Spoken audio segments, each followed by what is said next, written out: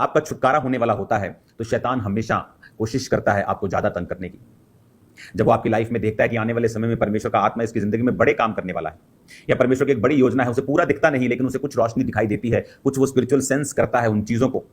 जब मैं मसीह में आया, मेरी मुसीबतें अगले साल और बढ़, कई जगह के ऊपर, कई विषयों के ऊपर और बढ़ गई थी मसीह में आने के बाद, कम होने की बजाय, क्योंकि शैतान इस बात को जानता था कि अब इसका छुटकारा नजदीक है। आपने कभी इस बात की ओर गौर किया कि जब आप किसी भी जगह पे जाते हैं, कोई आपका विरोध नहीं करता, कोई आपको कुछ नहीं कहता, लेकिन जिस दिन आप ये फैसला करते हैं आपको चर्च जाना है, जिस दिन आप चर्च जाना शुरू करते हैं, कितने लोग हैं जो आपका विरोध करते हैं। परमेश्वर के वचन में लिखा कि मां बेटी की, बेटी मां की विरोधी होगी। क्यों? जब वो परमेश्वर के वचन को मानने के लिए चल पड़ते हैं। तेरे बैरी घर के लोग होंगे। क्यों? ऐसा क्यों? क्या तुम कोई गलत काम कर रहे हो? जब तुम नशा बेचते थे, नशा खाते थे, जब तुम गलत काम करते थे, तुम्हारा कोई विरोधी नहीं था, लेकिन जैसे ही तुम परमेश्वर में आए, शैतान तुम्हारा विरोधी है, लोग तुम्हारे विरोधी हैं। मेरे नाम के कारण, यीशु ने कहा, तुम सताए जाओगे, मेरे नाम के कारण बहुत लोग तुमसे बैर करेंगे। आप इमेजिन करो, जिन लोगों को हम जानते भी नहीं, मिले भी नहीं, कभी बात नहीं हुई, वो लोग भी आपका विरोध करते हैं। क्यों? जिनका आपने बुरा नहीं किया, जो आपको जानते नहीं, आप उनसे मिले नहीं, आपकी उनसे कोई दुश्मनी नहीं, क्यों? आपने कभी सोचा? अब यहां पर जब शैतान ने देखा कि ये छूटने वाले हैं, उसने राजा के दिल में डाला कि इन्हें और तंग किया जाए। क्यों? परमेश्वर में आने पर ही विरोध हुआ। आप सब जगहों पर गए, आप कभी आपका किसी ने विरोध नहीं किया, लेकिन मसीहियत में ही जाने का विरोध क्यों? क्योंकि शैतान को पता है कि आपका छुटकारा मसीहियत में है।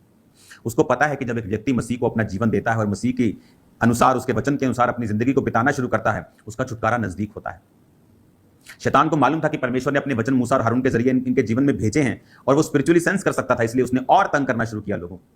लोग और दुखी हो गए, उन्हें लगता था कि ये और मुश्किल हमारे सिर पे खड़ी हो गई है, कि अभी हमें पुआल भी जो है वो बटोरना पड़ रहा है। लेकिन कई बार हम अपनी लाइफ में, अपने जीवन के आसपास होने वाली घटनाओं को कभी भी स्पिरिचुअली समझ नहीं पाते हैं।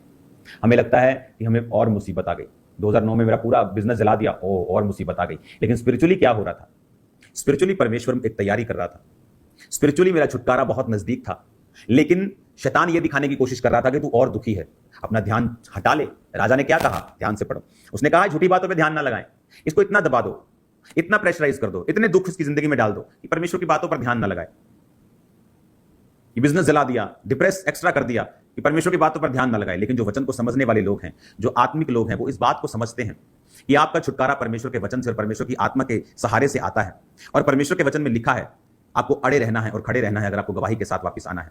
शैतान ने सेंस किया और शैतान ने और तंग करना शुरू किया। कहता है इनको इतना तंग करो, इतना मेहनत इनको करने के लिए दो, ये झूठी बातों की ओर ध्यान ना लगाएं। और यही आज शैतान की सोच है। वो फंसाता है, इतना प्रेशराइज करने की कोशिश करता है कि आप मसीह की बातों की ओर ध्यान ना लगाएं।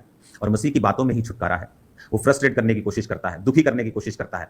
लेकिन जो स्पिरिचुअल लोग हैं, आपको ये बात समझनी है, आपका छुटकारा परमेश्वर के वचन के बीच में है।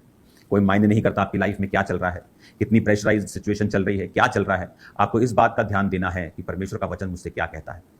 जब वो दुखी हो गए तो मूसा और हारून की बातों की ओर कान लगाना भी मुश्किल हो गया। उनकी बातों की ओर वो कान नहीं लगाते, उनको इग्नोर करने लग गए, जब तक कि परमेश्वर ने बीच में पड़ के चिन्ह और चमत्कार नहीं दिखाए। ये इंसानी फितरत है, लेकिन हमें ये बात समझनी है, हमारा छुटकारा परमेश्वर में खड़े रहने से है। उसके वचन के ऊपर, उसकी आज्ञाओं के ऊपर जो परमेश्वर ने हमें सौंपा है, उस पर हमें खड़े रहना है। और ये चीजें स्पिरिचुअली एक साइन है। शैतान की फ्रस्ट्रेशन एक साइन है कि आपका छुटकारा जो है वो बहुत नजदीक है।